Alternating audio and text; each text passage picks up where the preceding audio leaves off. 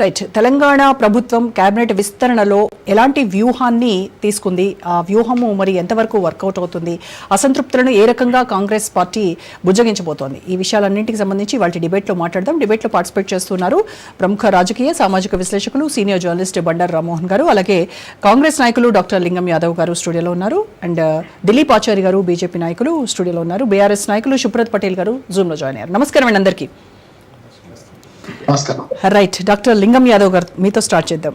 ఏంటి కాంగ్రెస్ ప్రభుత్వం కేబినెట్ విస్తరణలో ఎలాంటి వ్యూహం తీసుకుంది? అసలే కాంగ్రెస్ లో అంతర్గత ప్రజాస్వామ్యం ఎక్కువ అనేటువంటి టాక్ వినిపిస్తా ఉన్నటువంటి నేపథ్యంలో ఇప్పుడు ఈ విస్తరణ అంశం టీ కప్పులో తుఫాన్ లాగా అయిపోతుందంటారా, సద్దుమణుగుతుందా, లేదంటే కాంగ్రెస్ లో ఒక సునామీ ఏదైనా సృష్టించబడే అవకాశాలు ఏమైనా ఉన్నాయా?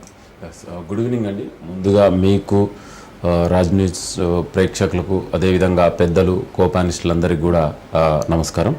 ఎస్, డెఫినెట్గా నిన్న ఏదైతే కాంగ్రెస్ ప్రజాప్రభుత్వం క్యాబినెట్ ఎక్స్పాండ్ చేసిందో ఇవాళ దేశ చరిత్రలోనే సువర్ణ అక్షరాలతోటి లిఖించదగ్గ రోజు. ఎందుకంటే మొదటిసారిగా ఇవాళ మెజార్టీ ఇవాళ మంత్రులుగా దాదాపు నలుగురు ఎస్సీకి సామాజిక వర్గానికి సంబంధించిన వ్యక్తులు, ముగ్గురు బీసీ సామాజిక వర్గానికి సంబంధించిన వ్యక్తులు, అదేవిధంగా స్పీకరు ఒక దళిత సామాజిక వర్గానికి సంబంధించిన వ్యక్తులు, డిప్యూటీ స్పీకరు ఒక ఎస్టీ సామాజిక వర్గం. అంటే ఇవాళ కాంగ్రెస్ పార్టీ అంటేనే ఇవాళ సామాజిక న్యాయానికి పెట్టింది పేరు. అది మరొకసారి నిన్న క్యాబినెట్ తెలంగాణ ముఖ్యమంత్రి రేవంత్ రెడ్డి గారి ఆధ్వర్యంలో మరొకసారి అది ప్రూవ్ అయింది. ఆనాడు కాంగ్రెస్ పార్టీ మా నాయకుడు రాహుల్ గాంధీ గారు కన్యాకుమారి నుంచి కశ్మీర్ వరకు, మణిపూర్ నుంచి ముంబై వరకు పాదయాత్ర తీసి ఈ దేశంలో అణగారిన సమస్యలు పోవాలంటే, ఈ దేశంలో అందరికీ సామాజిక న్యాయం సమన్యాయం జరగాలంటే ఒక క్యాస్ట్ సెన్సెస్ ద్వారా మాత్రమే సాధ్యమవుతుంది అన్నాడు.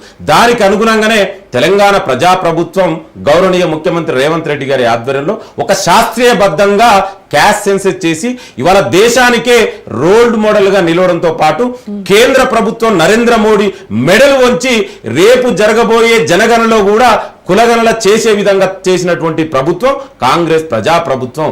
ఇవాళ సామాజిక న్యాయాన్ని పాటిస్తూ ఇంత మంచిగా ఇవాళ మినిస్టర్ ఎక్స్ప్లెయిన్ చేస్తే ఇవాళ దీని మీద కూడా కొంతమంది అవాకులు చివాకులు వెళ్తారు. నేనేమనుకున్నా అంటే ఇవాళ మార్నింగ్ నుంచి కూడా డిబేట్లలో డిఫరెంట్ టీవీ ఛానల్ డిబేట్లలో కూడా నేను అటెండ్ అయినా. ప్రతిపక్షాలు అవాకులు చవాకులు మీ దగ్గర నుంచే వస్తున్నాయి బాంబులు. నేను అక్కడి నుంచి అదే చెప్తున్నా. ఇంత మంచి నిర్ణయం తీసుకున్నందుకు ఇవాళ మెజార్టీ వర్గాలకు ఎస్సీ బీసీలు ఇవాళ క్యాబినెట్లు ఉన్నందుకు అందరూ కూడా ఈ పరిణామాన్ని వెల్కమ్ చేస్తారేమో అనుకున్నా. కానీ దీని మీద కూడా అంటే బహుశా వాళ్ళు వివిధ రాజకీయ పార్టీలకు చెందిన వ్యక్తులు కాబట్టి ఆ విధంగా మాట్లాడతారు, ఎందుకంటే ఆ పార్టీ రిప్రజెంటేటివ్. అంటే నేను ఏమంటున్నా అంటే ఇవాళ ఇంత మంచి నిర్ణయం తీసుకొని ఇవాళ రాబోయే రోజులు ఎస్ మీరు అంటున్నారు ఇవాళ ఇంకా కూడా అసంతృప్తులు ఉన్నాయి. డెఫినెట్ గా అండి ఇవాళ ఇది కాంగ్రెస్ పార్టీ అంటే ప్రజాస్వామ్యాన్ని నమ్మే పార్టీ, అంతర్గత ప్రజాస్వామ్యం ఉంటది, మాట్లాడే స్వేచ్ఛ కూడా కాంగ్రెస్ పార్టీలో ఉంటది. ఇవాళ మిగతా పార్టీలు మీరు తీసుకురనుకో ఇవాళ బీజేపీ కానీ బీఆర్ఎస్ కానీ కనీసం వాళ్ళ యొక్క అభిప్రాయాన్ని స్వేచ్ఛగా వ్యక్తపరిచే విధానం కూడా అక్కడ ఉండదు. కానీ మా కాంగ్రెస్ పార్టీలో ఎస్ చాలా మంది అర్హులు ఉన్నారు, అడగడంలో తప్పు లేదు. కాంగ్రెస్ పార్టీ మా నాయకుడు రాహుల్ గాంధీ గారు, మల్లికార్జున ఖర్గే గారు, పిసిసి ప్రెసిడెంట్ మహేష్ కుమార్ గౌడ్ గారు, మీనాక్షి నటరాజన్ గారు, ముఖ్యమంత్రి అందరూ కలిసి నిర్ణయం తీసుకుంటారు. ఇంకా మన అకార్డింగ్ టు కాన్స్టిట్యూషన్ ప్రకారం 15% వరకే మనం మినిస్టర్ ని అపాయింట్ చేసుకోవచ్చు. ఇవాళ ఆల్రెడీ ఇంకా ఒక 3 వేకెన్సీ ఉన్నాయి.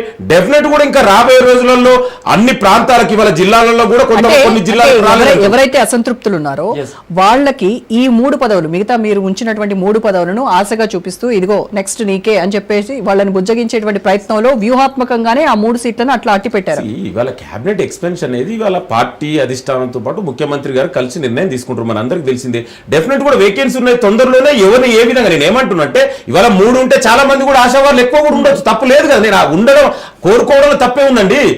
ఎవరైనా కూడా ఇప్పుడు వ్యరాలు మన అందరం కూడా ఆశాజీవులే కదా, తప్పు లేదు. డెఫినెట్ కూడా మిగతా వాళ్ళకు కూడా ఇంకే విధంగా అకామిడేట్ చేయాలి. పార్టీ పదవులు కొంతమంది మినిస్టర్లు ఇస్తారు, డెఫినెట్ కూడా మిగతా వాళ్లకు పార్టీ పదవులు ఇస్తారు. అందరి కూడా సామాజిక న్యాయంతో పాటు సమన్యాయం చేసుకుంటూ ఈ తెలంగాణ రాష్ట్రాన్ని దేశానికి ఒక ఆదర్శ రాష్ట్రంగా తీర్చిదిద్దడమే ఇవాళ తెలంగాణ రాష్ట్ర గౌరవ ముఖ్యమంత్రి రేవంత్ రెడ్డి గారి లక్ష్యం. ఆ లక్ష్యం కోసమే నిరంతరం పనిచేస్తున్నారు. ఇంకొకటి మాట్లాడతారు. ఒక క్వశ్చన్, సామాజిక న్యాయం పాటించామని చెప్తున్నారు, మరి ప్రాంతీయ సమానతను పాటించిందా కాంగ్రెస్ ప్రభుత్వం?